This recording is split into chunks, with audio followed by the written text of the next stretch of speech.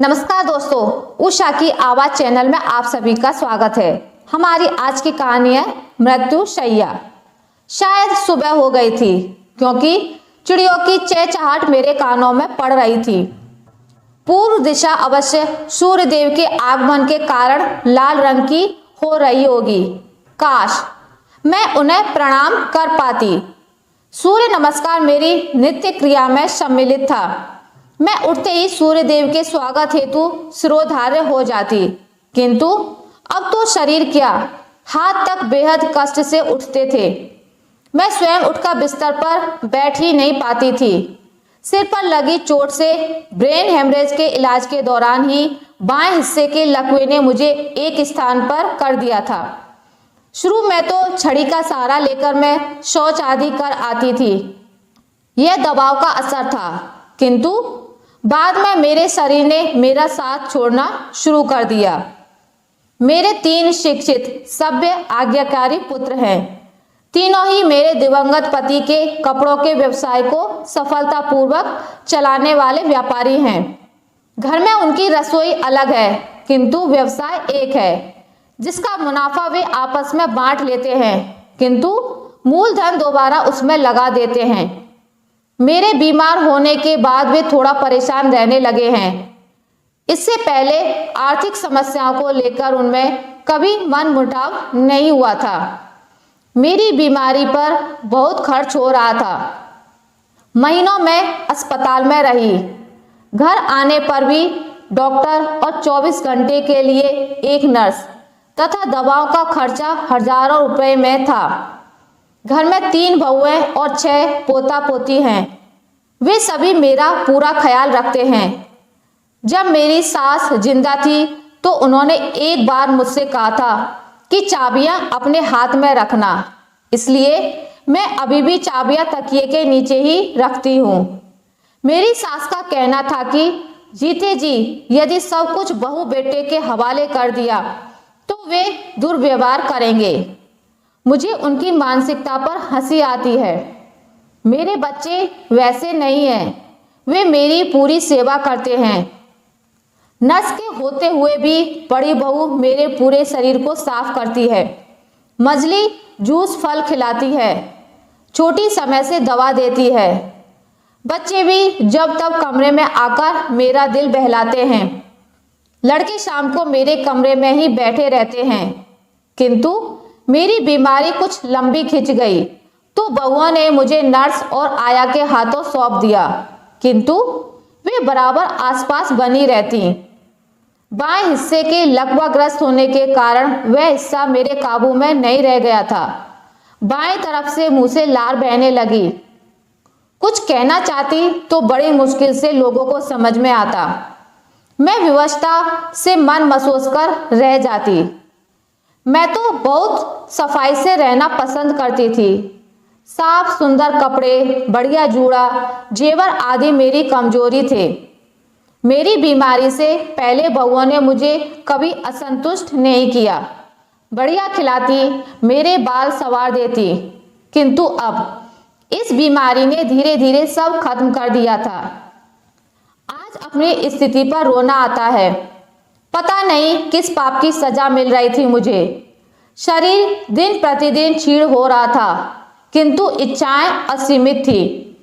दोबारा स्वस्थ होकर सज धज कर बैठने का मन करता, तीर्थ यात्रा पर जाने का मन करता, शादी पार्टी में शिरकत करने की इच्छा होती, किंतु शरीर मन का साथ छोड़ने लगा। पहले मैं शौच आदि के लिए कह देती थी, किंतु अब बेख्याली में सब हो जाता। नर्स बड़बड़ाते हुए आया को पुकारती। उसके ना रहने पर मैं वैसे ही गंदगी में पड़ी रहती। मेरे कमरे में अक्सर मलमूत्र और तीव्र गंध वाली दवाओं की बदबू आती। लड़के बहुओं के ना आने पर मुझे दुख होता, किंतु फिर मैं स्वयं को समझाती कि शायद व्यस्तता के कारण वे ना आ पाते हों। वे तीनों ही प्री मैच्योर बेबी थे, ठंड में पैदा हुए थे। बड़े और मंझले के तो लीवर ही कमजोर थे। उनकी गंदगी साफ करते करते मैं बेहाल हो जाती थी, किंतु मैंने कभी उनके प्रति लापरवाही नहीं बरती। ऐसे विचारों से भी मुझे शर्मिंदगी होती। क्या मैं उनके पालन पोषण का मुआवजा चाहती थी? वे अपने व्यस्त कार्यक्रम के बावजूद मेरा पूरा ध्यान रखते हैं। एक दिन मैं आंखें बंद किए पड़ी थी। बहुओं ने सोचा मैं सो रही हूँ।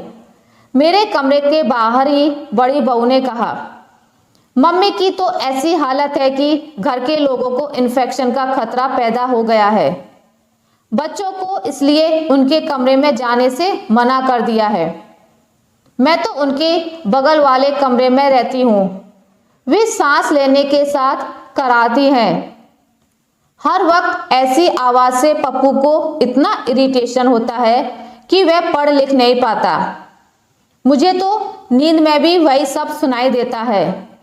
मजली बहू बोली, इन सब का एक ही उपाय है कि इन्हें अस्पताल या नर्सिंग होम में भेज दिया जाए। वहां इनका बेहतर इलाज होगा। छोटी बहू का विचार था। अब वे ठीक तो होने से रहीं। पैर मुड़ गए हैं, ना बैठ पाती हैं ना उठ पाती हैं। बड़ी बहू ने कहा, उनके रहने से कमरे में बहुत गंदगी होती है। आना जाना तो लगा रहता है। हम में से किसी को इन्फेक्शन हो गया तो? मजली बहू ने भी अपने विचार व्यक्त किए। मेरी तो नाक में उस गंदगी और दवाओं की दुर्गंध बस गई है। खाना पीना हराम है। बड़ी बहू ने समस्याएं बतानी शुरू की। लेकिन अस्पताल का खर्चा कौन उठाएगा? प्राइवेट नर्सिंग होम में 25 से 30 हजार का खर्चा आएगा। मजली ने दूसरी समस्या बताई। उनकी बीमारी में क्या पहले ही कम खर्चा हो रहा है? पूरा बजट बिगड़ गया है। छोटी ने कहा, तुम दोनों के बच्चे तो छोटे हैं। मेरे बच्चे तो कंपटीशन की तैयारी में व्यस्त हैं। हर महीने 1100-1200 के फॉर्म भरने पड़ते हैं। अरे तो क्या हमारे खर्चे नहीं हैं? छोटी व मजली एक साथ गरजी। इससे अधिक सच्चाई मुझसे बर्दाश्त नहीं हुई और मैंने कराकर करवट बदली तो तीनों बहुएं सतर्क हो गईं। उस दिन मैंने नर्स से पूछा, क्या मैं अब कभी ठीक नहीं हो पाऊंगी?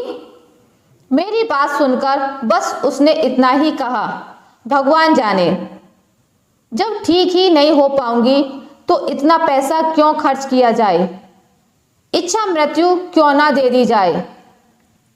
हमारे देश में इच्छा मृत्यु का लीगल प्रोसेस बहुत लंबा है। पैसा तो इंसान अच्छे परिणाम के लिए खर्च करता है। आपको निराश नहीं होना चाहिए, नर्स ने समझाया। वह मुझे दवा दे चुकी थी और फिर कुर्सी पर बैठकर एक रोमांटिक नोवेल में खो गई। उस दिन शाम को अलग अलग मैंने अपने तीनों ही बेटों से कहा कि मैं अस्पताल नहीं जाना चाहती, ना ही किसी प्राइवेट नर्सिंग होम में जाऊंगी। मुझे लगता है वहां मैं एक कोने में फेंक दी जाऊंगी। अपने बच्चों को देखने को तरस जाऊंगी।